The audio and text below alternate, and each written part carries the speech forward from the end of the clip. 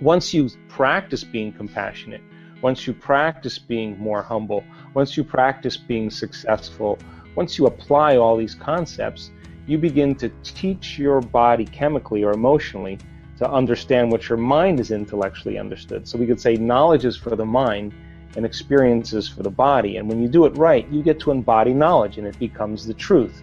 The effect of that biologically is not only do we reshape the brain, but we begin to signal new genes in new ways, and now the word is becoming flesh. So then it's not enough to do it once. You can't forgive your coworker, you can't forgive your ex-husband or your ex-wife, or you just can't let go of a past event one time and expect to be canonized as a saint. The idea is to be able to replicate it, to be able to do it over and over again. And if you can do something over and over again from a biological standpoint, you go from thinking to doing to being. You go from philosopher to initiate to master, from mind to body to soul. And when we can teach our body chemically and neurologically enough times to do something over and over again, the mind and body begin to merge as one. In other words, we've practiced it so many times, we no longer have to think about it. It's innate in us. It's who we are. And so I think this is a time in history where it's important for us to break free from some of the chains of those conditioned beliefs about us being limited and that we're powerless and that we have to survive and compete and do certain things to get what we want in our life, that a new paradigm has to be created. And then we have to set up the conditions in our environment or conditions within our own world to begin to execute some of these. And I think that when we arrive at that state of being, then we give people permission to do the same. And that's when we start really seeing some really strong strides in people's lives. So in my personal life, I mean, I like to wake up in the morning and I ask myself the same question every single day before I get out of bed. And that is, what is the greatest ideal of myself that I can be? Now, we have this amazing faculty because of the size of the frontal lobe. We call it in neuroscience metacognition. And it means that we can think about what we're thinking about. We can begin to pay attention to how we're acting, and we can notice how we're feeling. And because of that, it allows us to modify our states of mind and body to do a better job in life. So then if you say to yourself, who do I want to be when I open my eyes? How can I contribute to the world? What do I know that I can put into practice? And you begin to think about a new way of being. You begin to plan your behaviors, speculate possibilities, review the choices you're going to make and the choices you're not going to make. If you keep redoing this enough times, you'll begin to install the circuits in your brain, prime your brain to turn on certain circuits so that when you open your eyes, you'll naturally be in that state. And if you can emotionally embrace who you're going to be when you open your eyes, you're giving your body a sampling of the future. So when you get up thinking and feeling differently than when you started the day, the side effect of that is that you're in a new state of being. Thoughts are the language of the brain and feelings are the language of the body, and how we think and how we feel creates a state of being. So the idea then is to maintain that modified state of mind and body your entire day. And if you can, something unusual is going to show up in your life. That's the law. And it will always come in a way that we least expect, that surprises us and leaves no doubt that what we did inside of us produced some effect outside of us. And that's when we begin to start to experience empowerment. And people around the world are waking up to these ideas, and they're doing the uncommon, and they're doing it repeatedly, and they're taking a certain amount of power that's been invested in everything outside of them and putting it back in themselves. And I think that's a great honor to be able to contribute to people's lives in that way. If we start off by talking about just those vibrational states, we basically live in two states of mind. We live in survival, or we live in creation. Now, living in survival is living in stress. And stress is when your body's knocked out of homeostasis. Stress is when your body's knocked out of balance. The stress response is what your body innately does to return itself back to order.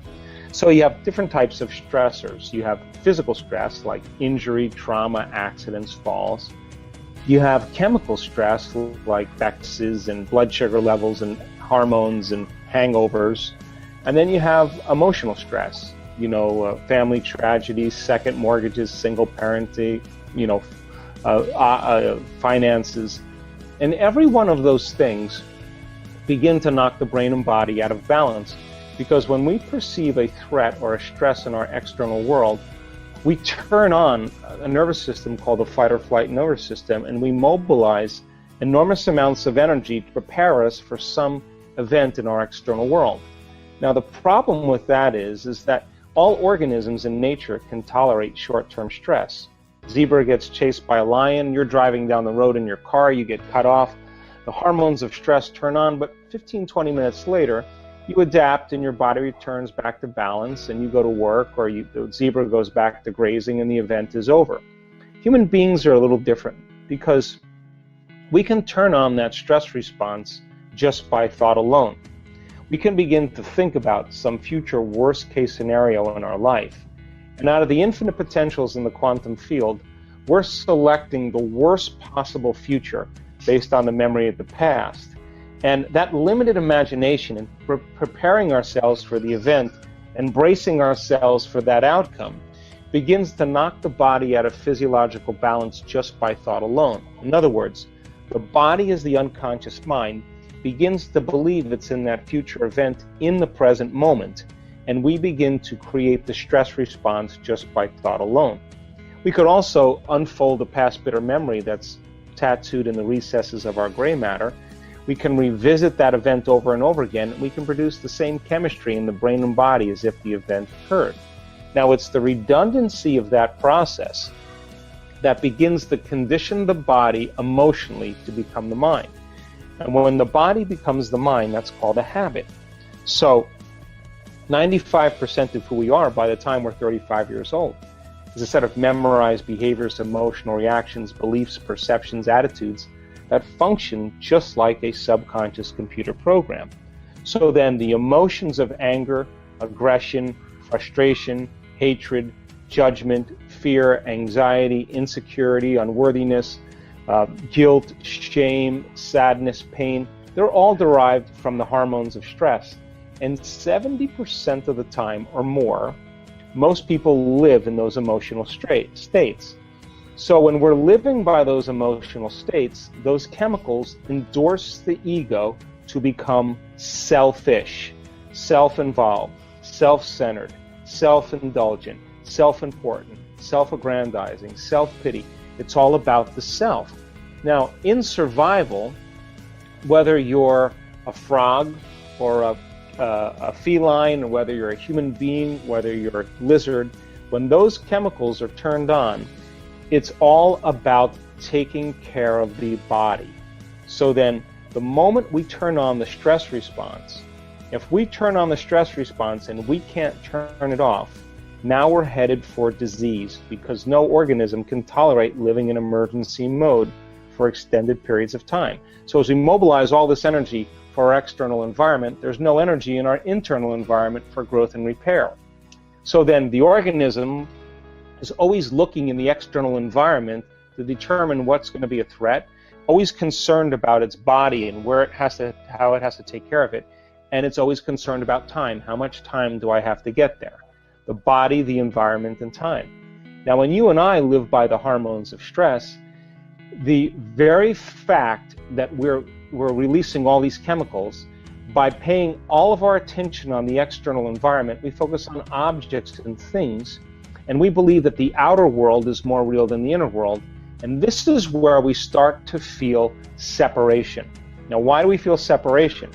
Because the hormones of stress cause us to begin to really begin to understand or perceive reality as a materialist, defining reality with our senses. So the atom is 99.9999999% nothing. It's energy, it's emptiness, it's open space.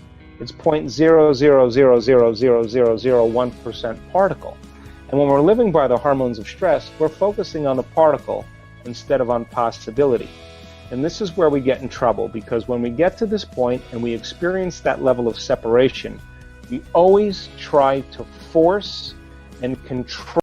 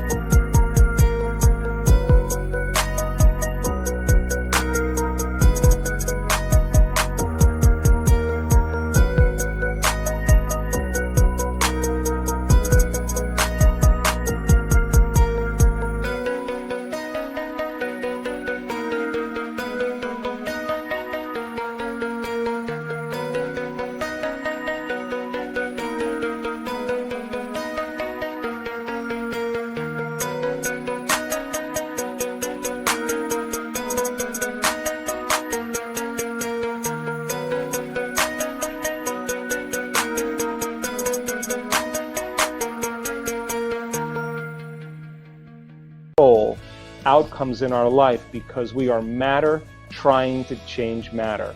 In other words, when we live by the hormones of stress, we feel more like matter and less like energy because we are fundamentally functioning as a particle instead of possibility. So then people then begin to use what they know in terms of their limited resources to get what they want. They compete, they manipulate, they lie, they cheat, they steal, they do what they can to try to get ahead in their life because, for the most part, they don't know that there's any other way to do it. They're functioning from a primitive nervous system. Wow, what a great video! I hope you enjoyed this amazing interview with Dr. Joe Dispenza. We are continuing with our daily practice of completing the inspiring quotes. You need to complete the quote with the words that are missing, and if you can do it first and give us the right answer, you're the daily winner. In the previous video, we were looking for two words of Dr. Joe Dispenza's quote. The quote goes like this: just as thoughts are the language of the brain, feelings are the language of, and the correct answer is the body. So, just as thoughts are the language of the brain, feelings are the language of the body. Congratulations to everyone with the correct answer. We only had a few wrong answers. Since I know you love Joe Dispenza, today's quote is from Joe Dispenza also. We are looking for two words, and the quote goes like this: when you understand that change really requires becoming uncomfortable to a certain degree, and that's normal, you're leaving the known and step into? Write your answers in the comments below the video and tell me if you love this video and our new way of ending the videos. If you like this video, give your thumbs up and share it with your friends. Help me make this video more popular by sharing it. Even if you're not sure what the correct answer is, try and guess, and find out the correct answer in the next video. The first one with the correct answer is the winner. So don't forget to subscribe and hit that bell button and don't miss any of the new videos and new challenges. If you really like what we do here and want to support us, you can join our channel and our community for a symbolic fee and gain many other additional features. You can do that by clicking the join button next to the subscribe button, or you can click on the link in the description of this video. Stay good and have a great day!